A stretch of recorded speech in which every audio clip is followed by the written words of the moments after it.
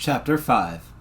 Sandra had gotten used to the fact that the church wasn't in a typical church building, but in a small home that no one would have thought of as a church if not for the cross mounted to the wall above the door and a sign saying True Children of Zion Church next to the door. The interior had been remodeled. They had knocked out some of the walls, leaving a couple support columns where Sandra assumed the wall between the living room and bedroom had been, but which now separated the congregation from the sanctuary and pulpit. To one side were a small kitchen area and a bathroom, and there were 6 long pews in the nave facing the sanctuary. But Sandra had never seen them even half full in the few weeks she'd been able to attend services. Today she saw all the familiar faces she'd been keeping an eye on.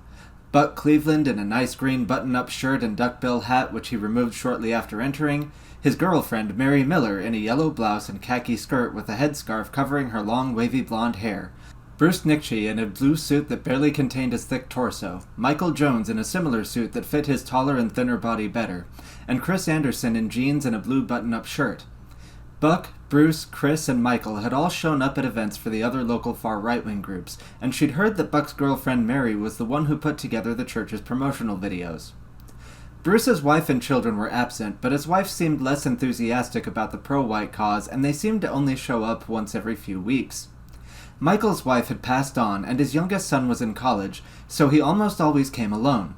She was grateful that he didn't try to flirt with her too seriously, as Chris had done until he'd found out that she was almost 10 years older than he was. There were 2 other couples in the church who each had a few young children and an older couple, but they didn't seem like likely suspects, nor did they have the time to dedicate to any other far-right groups, so she had largely ignored them while focusing on getting to know the more likely suspects and the pastor, David Smith. David had been a history professor with an emphasis on European and Christian history before getting fired from his job for his offensive positions, which led to him writing a book claiming that the so-called lost tribes of Israel had migrated to northern Europe hundreds of years before Jesus was born, and eventually to starting his church. Sandra had purchased a copy, knowing her work would reimburse her, and briefly skimmed it simply to familiarize herself with the church's teachings before attending. Today, David was wearing a black suit jacket and slacks with an indigo shirt underneath, and the banner hanging from the pulpit today was a brighter shade of purple, just similar enough to look like he'd picked the shirt to match it, but just different enough not to. Sewn into the banner were a simple brown cross and gold chalice. The church seemed to have a few different banners that they rotated through, but she wasn't sure yet whether they went through them in a particular order or picked whichever one matched the subject of the sermon that week. As far as she could tell, David was single and childless, only a few years older than her. She sometimes got the feeling that he wanted to flirt with her, but her somewhat cold demeanor and his professionalism as the pastor had kept him from overstepping his bounds so far. She had no interest in him, and not just because he was shorter than her and she thought he looked dorky in his thick-rimmed glasses. Still, she didn't necessarily want to discourage him from flirting. Letting him have a little hope for where things might go if he got to know her would make it easier for her to get to know him and potentially learn something about Secret Hitler, or at least about the suspects in his congregation. She exchanged pleasantries with some of the other attendees, prompting them to tell her more about themselves without giving too much in return. She hoped she simply came off as reserved and submissive, fitting the church's ideal of a woman, and not as overly inquisitive, which is how she usually came across. As she was listening to Mary complain a bit about how long it was taking her to get her newest video edited just right, the doors to the church opened and 2 unfamiliar faces walked in that caught Sandra by surprise. She hadn't expected to see 2 young women walk into a church like this, but they were both dressed in a way that implied they were conservative Christian girls. One of the girls had shoulder-length brown hair under a tight blue headscarf, with a gray sweater and ankle-length khaki skirt, while the other had strawberry blonde hair under a yellow headscarf with a red sweater and slightly darker brown ankle-length skirt. The brown-haired girl looked a bit chubby, though her loose-fitting sweater hid her form well, while the strawberry blonde girl looked a bit thinner and smaller, but also looked happier to be there. The brown-haired girl shot a nervous glance around the room, while her friend scanned the faces in the room confidently. David noticed the new faces and immediately stopped what he was doing to walk down the aisle between the pews towards the front door and introduce himself. "Welcome to our humble church, young ladies. My name is David Smith, and I'm the pastor here. What are your names?" "Carol!" The strawberry blonde confidently shook his hand with a friendly smile on her face. "You're the guy from the videos!" "Oh, you've seen some of our videos?" David smiled at her. Very good. I was just going to ask what brought you here. I'm glad you're already familiar with true Christian history. Yes, I learned quite a bit from them. Carol finally released his hand, which she'd held onto for a little while after the handshake had ended. David didn't seem to mind. You're very informative. Thank you. It's taken years of study to uncover the true history of our people and our faith, but it was worth it. He turned to the other woman as Sandra stood behind him, observing the newcomers. And you are? Barbara, the other woman replied, giving him a quick, simple handshake and a shy smile. It's nice to meet you. Sandra thought she seemed a bit on edge, and wondered if she was simply there to keep her friend company. Barbara and Carol, it's a pleasure to meet you both. Come on in, meet the congregation. We're not big yet, but we're growing.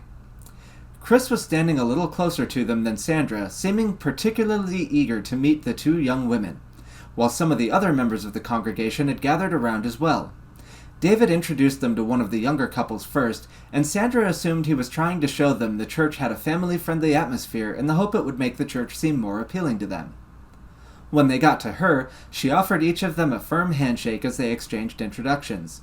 Carol's handshake was definitely firmer and lasted longer, and she seemed just as warm and bubbly towards Sandra as she'd been with David. I love your dress, Carol exclaimed. I knew I should have worn something prettier. Thank you, Sandra replied, and don't worry, you'll fit right in.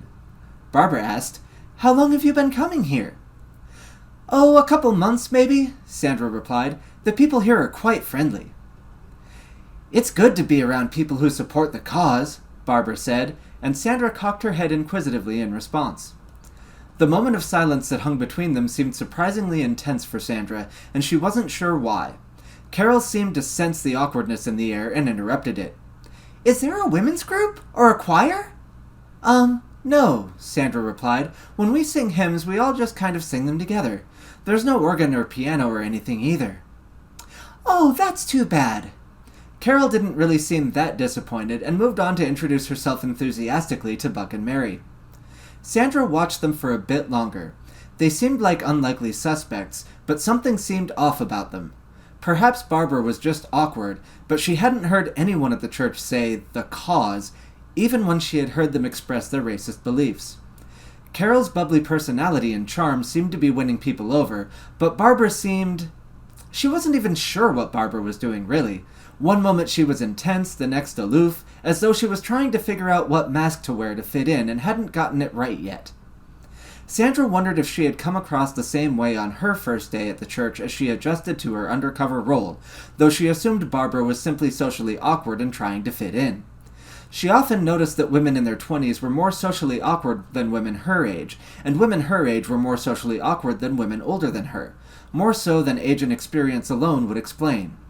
Perhaps Barbara was just an awkward Zoomer who'd spent too much time on social media and not enough time socializing in the real world. Mary nudged Sandra gently. Nice to have a couple more women in the congregation, isn't it? Maybe we can get together for a girls' night with them sometime. Oh, yeah, maybe, Sandra replied. She had tried not to let her involvement with the church bleed over too much into her personal life, but she'd been undercover for weeks and had nothing more to show for it than Detectives Baker or Hill, and their boss was starting to get frustrated with their lack of progress. If I'm not working, sure. The new girls introduced them to Chris, and David stepped up to the podium. If everyone could take their seats, it's about time for the service to begin.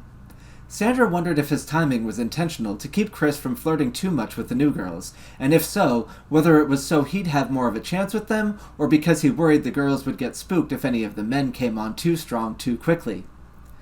Buck and Mary sat up front with Mary's camera on a tripod, and Sandra was tempted to join them, but she preferred to sit in the back where she could observe more people without seeming suspicious. Chris took a seat in the back row where Sandra usually sat. Sandra heard Carol suggest that they sit up front while Barbara wanted to sit in the back, and they ended up settling on the middle row. Sandra decided to sit next to Chris, just behind Carol and Barbara, so she could listen in on any conversations between them. Sitting on each of the pews were copies of sheet music for a song called Daughter of Zion. Sandra picked up the copy closest to her and began to review the lyrics as David addressed the congregation. Welcome, everyone! Our congregation is growing. Welcome to today's new faces, and of course to Chris and Sandra who joined just a few weeks ago. It's wonderful to have you here, embracing your heritage as the true inheritors of God's blessing, the true children of Abraham, of Israel, the people Christ died to save. We normally begin our services by singing a hymn together. I chose today's hymn based on the portion of scripture I had chosen for today's reading and sermon, but it seems fortuitous that I chose this hymn today. The Lord truly works in mysterious ways. Today's hymn is called Daughter of Zion, a very fitting hymn to welcome two lovely ladies into our congregation. I'll sing the first verse myself so you can hear the melody, and then you can join me as we sing the first verse again and continue through the other two verses. David's singing was nothing special, but he at least sang on key. The lyrics were what Sandra had come to expect of the church, a more militant song than was typical of the Presbyterian church she grew up in. She joined in as the congregation began singing together. Daughter of Zion, awake from thy sadness, awake, for thy foes shall oppress thee no more. Bright o'er thy hills dawns the day star of gladness. Arise, for the night of thy sorrow is o'er. Strong were thy foes, but the arm that subdued them and scattered their legions was mightier far. They fled like the chaff from the scourge that pursued them. In vain were their steeds and their chariots of war. Daughter of Zion, the power that hath saved thee, extolled with a harp and the timbrel shall be. Shout, for the foe is destroyed that enslaved thee. The oppressor is vanquished and Zion is free. Sandra noticed that Carol sang along enthusiastically, her voice a beautiful soprano, while Barbara sang less enthusiastically, an octave lower, though her voice was still pretty. As an alto herself, she sang the same notes as Barbara, but she found the girl's lack of enthusiasm about the hymn to be at odds with her expressed interest in the cause. "Beautiful," David said. "Thank you, and thank God and His Son Jesus for the salvation they have promised us. I know in these dark times it can be difficult to stay hopeful and keep the faith, but know that God has promised us salvation, and He gives us signs of His miraculous nature every day." Today's scripture reading is a difficult one. Today I will be reading Matthew chapter 10, verses 34 through 42. This is a section that critics of our faith often point to as evidence that Christ was anti-family. Quite the contrary. As you will see, these verses do not tell you that you must hate your family, but that you must put your love for God and Christ Jesus ahead of your love for your family. Here we go. "Think not that I am come to send peace on earth. I came not to send peace, but a sword." Sandra was used to hearing David pull out the most militant Bible verses, and this one was a familiar one. It was one of those verses that people often took out of context, forgetting that the same Jesus who said it also said to turn the other cheek, stopped the crowd from stoning the sinner, and chastised his disciple for using a sword to attack one of the Pharisees. Even though she hadn't attended church regularly for a few years prior to this assignment, she still remembered enough of the stories from when she was younger to consider this church's interpretation of Scripture to be ridiculous. As the pastor continued through verses about setting children against their parents, it sounded to her as though these verses said exactly what he said they wouldn't say. Sure, they continued on to verses that said to love Jesus more than your family, as he said it would, but she couldn't help but think he was simply going to interpret these verses to mean whatever he wanted it to mean, which was exactly the type of behavior that had led her to stop going to church in the first place. "And whosoever shall give to drink unto one of these little ones a cup of cold water only in the name of a disciple, verily I say unto you, he shall in no wise lose his reward." Thus ends Matthew chapter 10. As you heard, Jesus did indeed say that his message would divide families. I know some of you have experienced this in your lives. You may have parents who are unable to accept the truth about the Bible's message, or siblings or children who have succumbed to degeneracy and are not willing to surrender themselves to Christ. It's a dark time in our people's history, and the synagogue of Satan has turned many of our people against the truth and the light, just as the Pharisees did 2,000 years ago. This does not mean that you are supposed to hate your own family. Nowhere in these verses does it say to hate your own mother and father or your children. But it does say that he that loveth his family more than Jesus is not worthy. Jesus must come before your family. Jesus must come even before your race. But does this mean family and race are not important? No, of course not. For Jesus came to save our race, to save our people, to offer salvation to you so that you could help your family find salvation through him.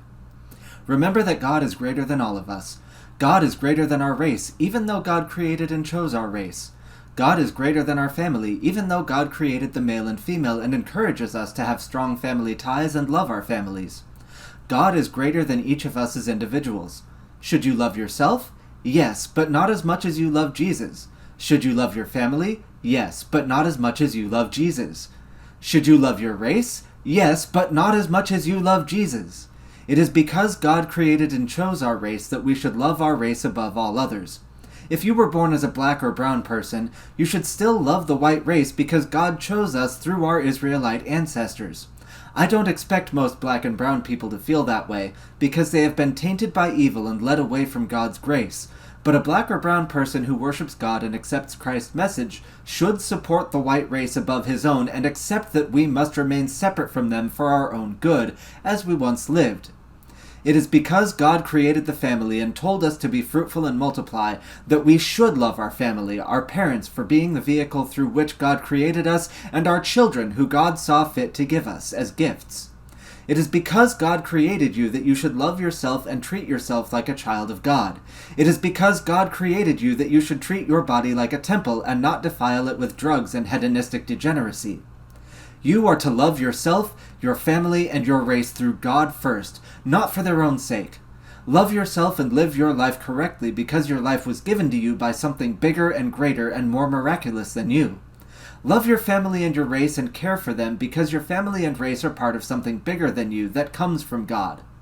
But what does that mean for the members of our families and race that do not submit to Jesus? Does this mean that we stop loving them? No. It means that we must remind them that Jesus is the way to salvation. But if they try to come between you and Jesus, you put Jesus first. If they condemn Jesus, you speak up for Jesus. Sandra was trying her best not to nod off.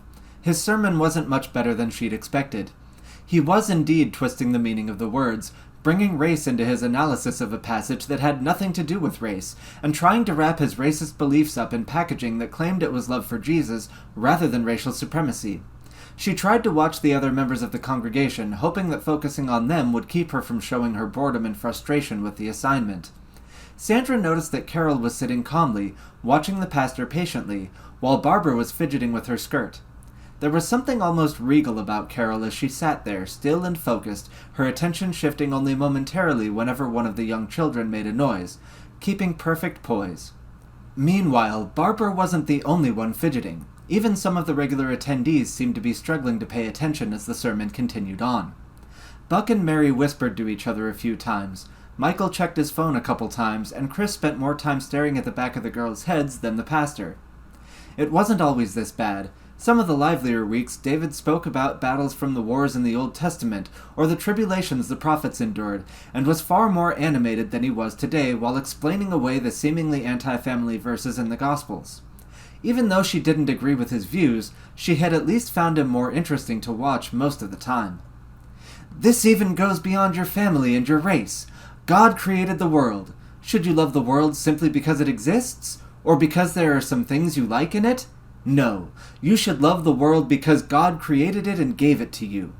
What about the other races, the dark races who have been cursed, today's so-called Jews who are Edomites who follow Satan? For any new people watching, the Edomites are the people calling themselves Jews to trick you into thinking they're the people of the Old Testament. Your ancestors are the lost tribes of Israel, so you're more closely related to the Jews of the Old Testament than the people calling themselves Jews today. But should you hate them simply because they exist, or because they've done bad things to you? No. If your brother or a member of your race does something bad to you, you should forgive them once they've repented and asked for forgiveness. And you don't even need to hate Satan and his minions, even if they give you plenty of reasons to. You should oppose them, which is different from hating them. You should oppose them because their works are evil and in opposition to God's plan, and you should be working to enact God's will. If you fight the Edomites because of your own personal hatred, you will lose. Satan can give them power in this world, and only God's power can stop them. But if you fight them because they are evil and in opposition to God's plan, and you love God and want to serve His will, then and only then will God give you the power to fight their evil and overcome them. That means the battle we have to win is getting people to accept Jesus, the real Jesus, not the fake Jesus that the Vatican and the churches with tranny flags are pushing, but the real Jesus and the real story of God's love for this earth.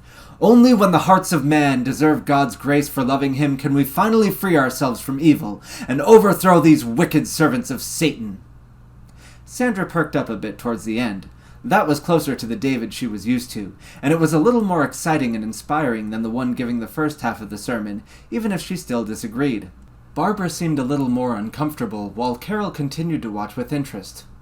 If you'd like to make a donation to our church, you can do so by buying our books through Clemens and Blair or by donating crypto through the links on the video. Finally, Mary turned the camera off as David pulled out a loaf of bread and a goblet of grape juice. Rather than have everyone come to the front, he walked around the room repeating, "This is my body, broken for you. Take, eat, in remembrance of me. This is my blood, shed for you. Take, drink, in remembrance of me," to each person as he offered them a piece of bread to dip in the juice. Once that was finished, he returned to the front of the church. "Now that the service is over, feel free to stick around to socialize," David said, and Sandra thought she heard a few sighs of relief, while Carol seemed unfazed. "Buck and Mary brought this week's snacks. Thank you to them for doing something nice for our family and Jesus." Buck and Mary walked over to the little kitchen area, opened the fridge, and pulled out a tray of sliced cheese, hard sausage, crackers, veggies, and ranch dip, setting it on the counter next to some little plates. The church made a point of letting the kids and women go first, so Sandra tapped on Barbara and Carol's shoulders. "Go get some food if you want it, otherwise the men will sit and stare at you waiting for their turn." The three of them stood up along with the wives, who went first and took enough to give some to their kids. As they waited for the wives, Sandra asked them, "What did you think of the sermon?" Barbara awkwardly replied, It was good." Carol calmly replied, "It really helped me remember to keep my priorities in order." "What did you think of it?" Barbara asked in a tone that made Sandra feel as though Barbara was trying to subtly interrogate her. "I liked the last part," Sandra replied. "He's very inspiring when he gets like that." Barbara asked, "Talking about the, Edomites?" Sandra replied, "Telling us to fight for a better world." Carol smiled. "I was more moved by the part about loving your family and people through your love for God, but that part was good too." Barbara turned to grab food as she spoke. "It's really great to have a pastor who tells the truth about the evil in our world." And then she turned back to see Sandra's reaction. Sandra wasn't sure if Barbara was up to something and going about it in an amateurish way, or just socially anxious enough to worry about people's reactions to her. "Oh, I know," Chris agreed with her. "It's a lot easier to accept what we have to do when he puts it like that. Like, you don't have to hate the Jews and blacks and such, but you do have to resist them and help our people." Barbara nodded and stepped out of the way of the food and closer to Chris. "So, how long have you been going here?" "Not long," Chris replied. "I was a Catholic for a few months, and before that I was a Lutheran. I really like Martin Luther. On the Jews and Their Lies is a great book, but the modern Lutheran church is trash, and the only Catholic church near me doesn't do Latin Mass, so it's all that modern Vatican II garbage." "Oh!" Barbara sounded interested. "Sounds like you're trying hard to find and spread the truth." "Yeah." Chris sounded like he was struggling to pull out the confidence he wanted. "I'm trying to get to the bottom of things. David's videos have helped a lot with that." "You must know a lot about what the Edomites are up to," Carol said. Sandra stepped back a bit, letting them chat, but trying to stay close enough to listen in so she could figure out what they were up to. "Yeah, we talk about that stuff here all the time," Chris replied. "You can just call them the Jews, by the way. We all know you're not talking about the biblical Judeans if you just say Jews." "Oh, good. That makes things easier." Carol smiled and nodded at him. As the men in the congregation had made their way over, Michael pushed his way into the conversation. "Hey, you two have beautiful singing voices. It was nice hearing you today." "Thank you!" The two of them said it at the same time, Barbara blushing while Carol accepted it graciously. Barbara asked, "Have you been going here for a while?" "Yeah, since it was founded a couple years ago," Michael answered. "Bruce and I have been friends for a while, and after he read one of David's books and found out he was local, we got in touch with him and found out he was getting ready to start his own church. It's really been eye-opening, learning how much the Jews have lied to us about our own history. But now Bruce is helping out with Active Club, which is where Buck and Chris heard about us.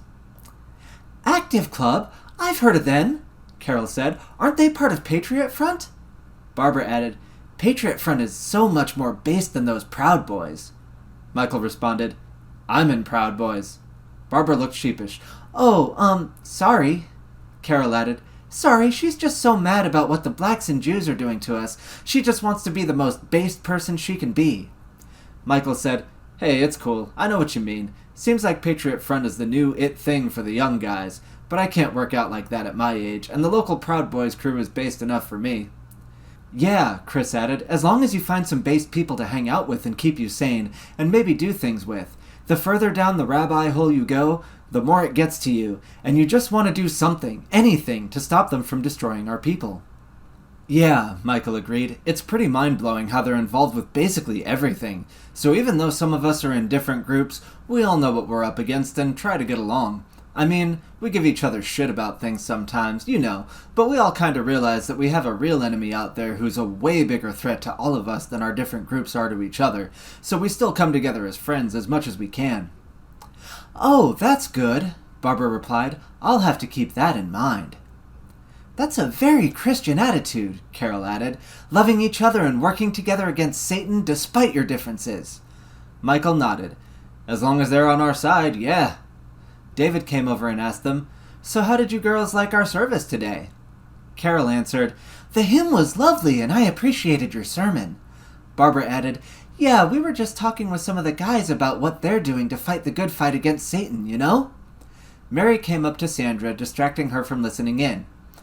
Hey, the moms are going to see if they can get one of their grandmas to watch their kids one night a couple weeks from now, and we can have a girls' night with them if you can make it. Sure, Sandra shrugged. As long as I don't have work that night. Shall we ask the new girls? She didn't want to sound too committed to the idea, but she still had her suspicions about Barbara, and perhaps one of the other girls would gossip about something that would provide an interesting lead. Yeah, I'll get their info and make a group chat, and we can figure out a day, Mary said. It'll be nice to get to know each other better, see another side of each other.